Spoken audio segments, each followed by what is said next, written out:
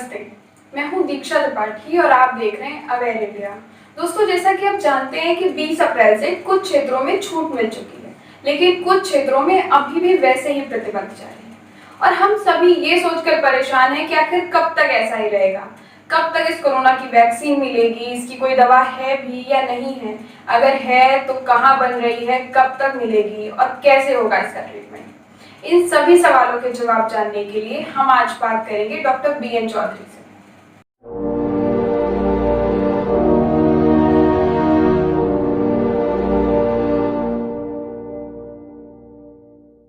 Doctor Chaudhary Indian railways में additional chief medical superintendent है।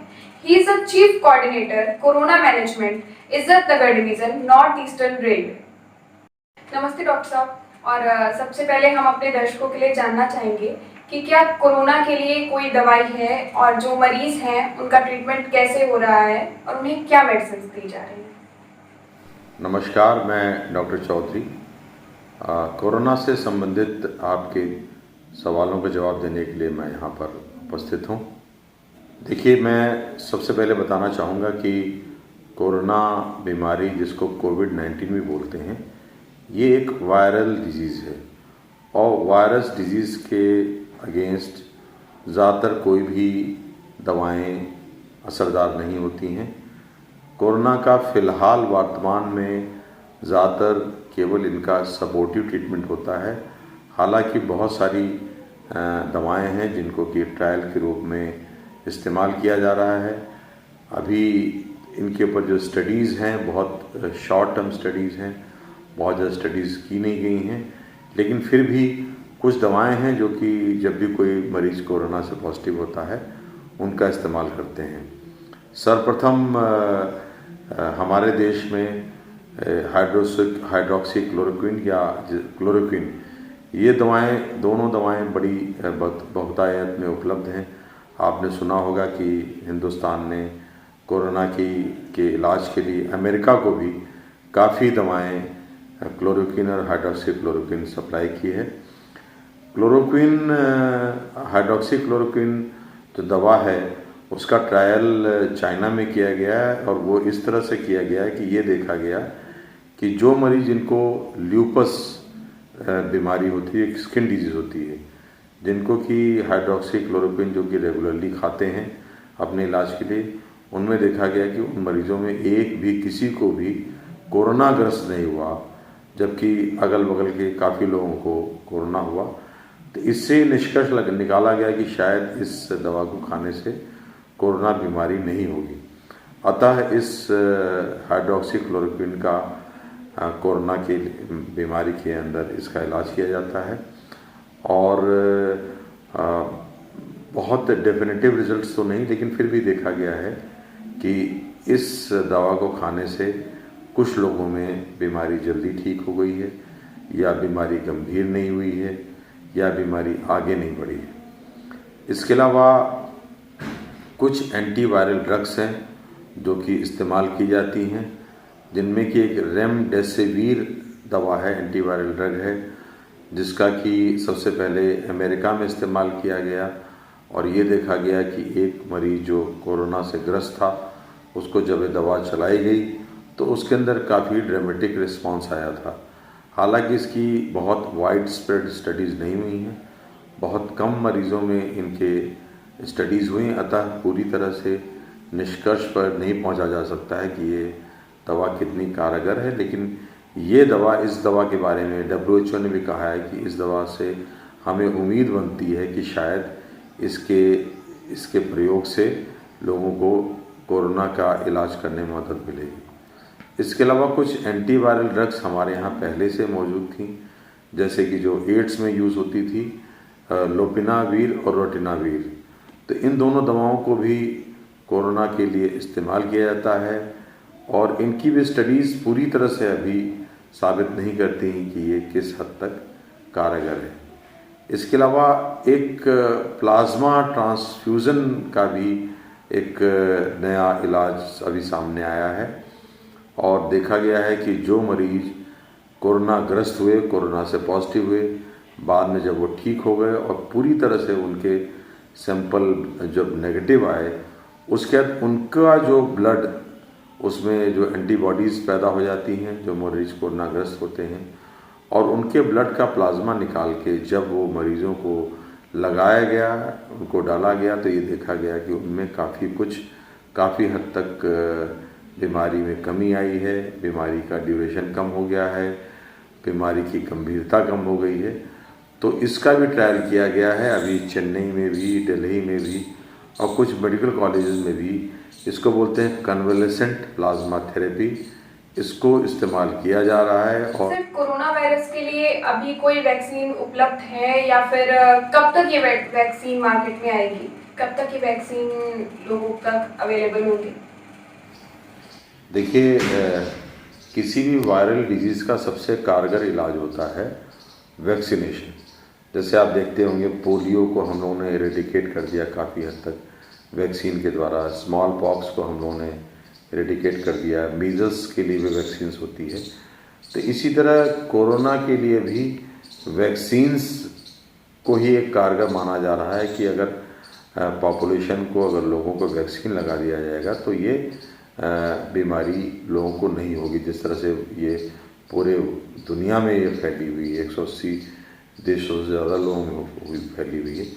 लेकिन सबसे बड़ी दिक्कत है कि ये वायरस नया वायरस है, अभी भी आया है, अभी भी प्रकृति में आया है, लोगों के अंदर संक्रमण हुआ है। तो जब भी कोई नया वायरस आता तो उसके अगेंस्ट वैक्सीन बनाने में काफ़ी समय लगता है, और जब भी कोई वैक्सीन बनती तो उसका पूरी तरह से ट्रायल होता है, उसकी सेफ्टी, उसकी असर, उसकी एफिकेसी का जब तक पूरा ट्रायल ना हो, हम इसको गारंटी से तयशुदा तरीके से नहीं कह सकते कि इस वैक्सीन को लोगों को लगाना ही लगाना है। इस लगाने से फ़ायदे भी हैं, चूँकि इस बीमारी से लोगों की काफ़ी मृत्यु हो रही है, कई देशों में फैली हुई है, पूरे विश्व इसकी वजह से लॉकडाउन में लगभग है। अतः इसके लिए तेज़ी से बहुत सारी कंपनियां, बहुत सारे रिसर्च इंस्टीट्यूट्स इसमें काम कर रहे हैं, और इस कोशिश में है कि जल्दी से जल्दी वैक्सीन बनाई जा सके। कई वैक्सीन्स मार्केट में उपलब्ध होने की कगार पर हैं, या कई इंस्टीट्यूट्स ने दावा किया है कि वो जल्दी ही कोई वैक्सीन बना लेंगे। कई देशों ने दावा किया है, अमेरिका ने दावा किया है कि हम जल्दी ही कोई वैक्सीन बना लेंगे। लेकिन ये कितनी हद तक कारगर हैं, कितनी सुरक्षित हैं, कितनी सेफ हैं, इसके बारे में अभी नहीं कहा जा सकता, क्योंकि वैक्सीन को लगाने के बाद ही हम जान पाएंगे कि इसने कितनी रोकथाम की। जब हम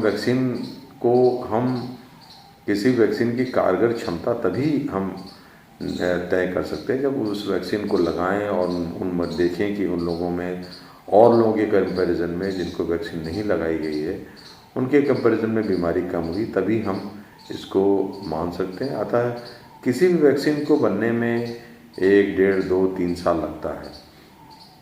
तो वैक्सीन्स मार्केट में उपलब्ध होने वाली हैं।